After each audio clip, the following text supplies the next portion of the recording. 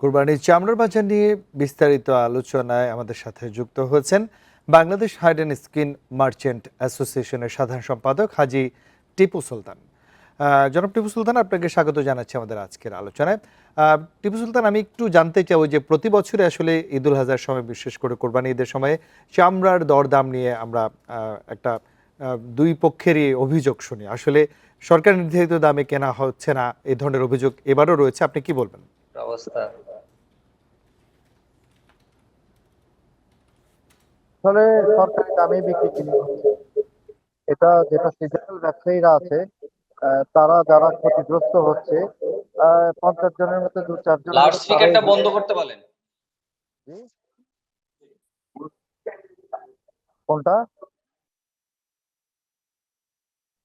কোনটা জনাব টিপু সুলতান, আপনি শুনতে পাচ্ছেন নিশ্চয়, আপনি যদি জবাবটি দেন। গভর্নমেন্টের দামে বিক্রি কিনে হচ্ছে, এখানে সিন্ডিকেট হওয়ার কোনো সুযোগ নাই। আর 2 নাম্বার হচ্ছে, আমি যেটা মনে করতেছি, আমি বাজারে ঘুরেছি, অনেক চ্যানেল এসেছে, আমি দেখেছি, আমার মনে হচ্ছে যে সরকারি দামে বিক্রি কিনে হচ্ছে একটু 50-60 টাকা 70 টাকা বেশি আর কম। কিন্তু আকার ভেদে তো অ্যাকচুয়ালি এটার দাম নির্ধারণ করা হয় না, দামটা নির্ধারণ করা হয় স্কোয়ার ফিটে। তা আমরা আই মেজারমেন্টে এবং আইকনটাকে কিনে থাকি। মৌসুমী ব্যবসায়ী যখন কিনে, তখন কিন্তু সে আকার ভেদে কিনে, ছোট, মাঝারি এবং বড়। এই ক্ষেত্রে তাদের এক্সপার্টাইজ ডেভেলপটা করেনি চামড়ার উপরে বেসিক্যালি। এই কারণে 2-4 জন ক্ষতিগ্রস্ত হলে ঢালাওভাবে এটা বলার চেষ্টা করে। আলটিমেটলি কিন্তু আমরা ঠিক আছি, এবং যে গভর্নমেন্টের বেঁধে দেওয়া দামে বিক্রি কিনে হচ্ছে, 50-60 টাকা 70 টাকা এদিক ওদিক হয়ে হচ্ছে। এটা হলো অ্যাকচুয়ালি বিষয়। কিন্তু এখন আমাদের সুলতান, কাছে আরেকটি ক্যাশ বিষয় ফ্লো। যে লবণযুক্ত বা লবণ ছাড়া এই জায়গাটি অনেক মৌসুমী ব্যবসায়ী বুঝছেন না বলেও অনেকে ক্ষতিগ্রস্ত হচ্ছেন। আপনি সেটি মনে করেন কিনা? তো দেখুন, সবচেয়ে বড় বিষয় যেটা, আমাদের একটা শুভঙ্করের ফাঁকি রয়েছে এখানে।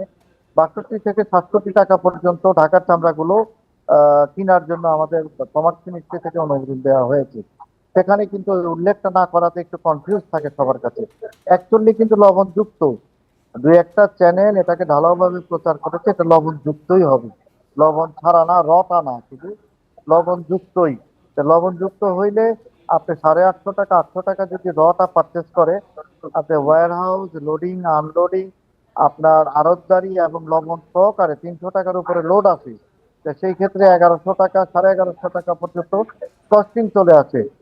সেই ক্ষেত্রে আপনি মনে করেন যে 1250-1300 টাকা যদি না বিক্রি করে, তো এটা আমাদের আড়তদাররা ক্ষতিগ্রস্ত হয়ে যাবে। এই কারণে আমরা চেষ্টা করতেছি যে এই চামড়া জাতীয় সম্পদ, রাষ্ট্রীয় সম্পদটাকে বাঁচানোর জন্য। যদিও আমাদের ক্যাশ ফ্লো এবং ফিনান্সিয়াল ব্যাকআপ নাই আমাদের কাছে, টাকার সমস্যা আছে, ক্রাইসিস আছে, এরপরে আমাদের Bangladesh hide and skin merchant অ্যাসোসিয়েশনের আড়তদার ভাইরা চেষ্টা করতেছে রাষ্ট্রের জি। সম্পদ, জাতীয় টিপু সম্পদ সুলতান, বাঁচানোর ছোট জন্য। করে দুটি প্রশ্নের অ্যান্সার যদি দেন আপনি, যে চামড়া সংগ্রহের যে লক্ষ্যমাত্রা এবার ধরা হয়েছে সেটি পূরণ হবে কিনা, আর সিন্ডিকেটের দৌরাত্ম্য সবসময় অভিযোগ থাকে, আসলে সিন্ডিকেটের কারণেই কি চামড়া খাত উঠে দাঁড়াতে পারছে না, আপনি মনে করেন কিনা? এখানে কোনো সিন্ডিকেটের অপরচুনিটি নাই, নাম্বার 1। নাম্বার 2, আমাদের যে লক্ষ্যমাত্রা ছিল BHSNA, মানে Bangladesh hide and skin merchant অ্যাসোসিয়েশনের 100 বছরের পুরাতন ঐতিহ্যবাহী বাজার এটা। আপনি জানেন নিশ্চয়ই যে এখানে সিন্ডিকেটের সুযোগ নাই। লক্ষ্যমাত্রা আমাদের 1 লাখ, আগে 6.5 লাখ পর্যন্ত ছিল। এই মার্কেটের জরুর চাম ক্রেজ সব চলে গিয়েছে সাভার এবং হেমায়তপুরে স্থানান্তরের পর। তা আমরা এই বছর আশা করতেছি যে টার্গেট 1 লাখ পিসের মতো হবে।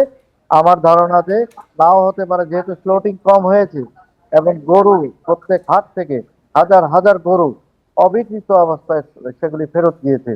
তা আমরা পানি সম্পদ মন্ত্রণালয় অনুযায়ী যে 1 ক্লোরি প্লাস আছে, এটা কম হওয়ার সম্ভাবনা আছে। এটা আমার ব্যক্তিগত প্রেডিকশন। জি। জনাব টিপু সুলতান, আপনাকে অনেক ধন্যবাদ আমাদেরকে সময় দেওয়ার জন্য। এতক্ষণ কোরবানি পশু চামড়া বাজার নিয়ে আমরা আলোচনা করছিলাম Bangladesh hide and skin merchant অ্যাসোসিয়েশনের সাধারণ সম্পাদক জনাব হাজী টিপু সুলতানের সঙ্গে।